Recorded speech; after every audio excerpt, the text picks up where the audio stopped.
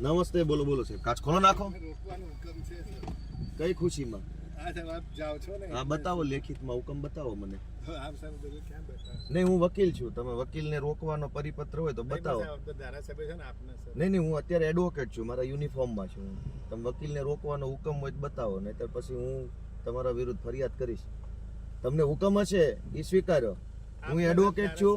નહીં, હું એડવોકેટ છું, યુનિફોર્મમાં છું. હું અમારા ક્લાયન્ટ માટે જાઉં છું. વકીલને રોકવાનો તમને કોઈ સત્તા હોય તો તમે મને પરિપત્ર બતાવો.